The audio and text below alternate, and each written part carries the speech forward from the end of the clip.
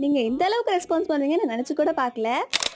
நம்ம சேனல்ல 2 டேஸ் முன்னாடி பார்த்தீங்கன்னா 250 கிராம்ஸ்லேருந்தே நீங்கள் ப்ரௌனிஸ் எல்லாமே ஆர்டர் பண்ணிக்கலாம் அப்படின்னு சொல்லிட்டு நான் வந்து அனௌன்ஸ் பண்ணியிருந்தேன். அந்த வீடியோ பார்த்து நிறைய பேர் பார்த்தீங்கன்னா ஆர்டருமே ப்ளேஸ் பண்ணியிருந்தாங்க.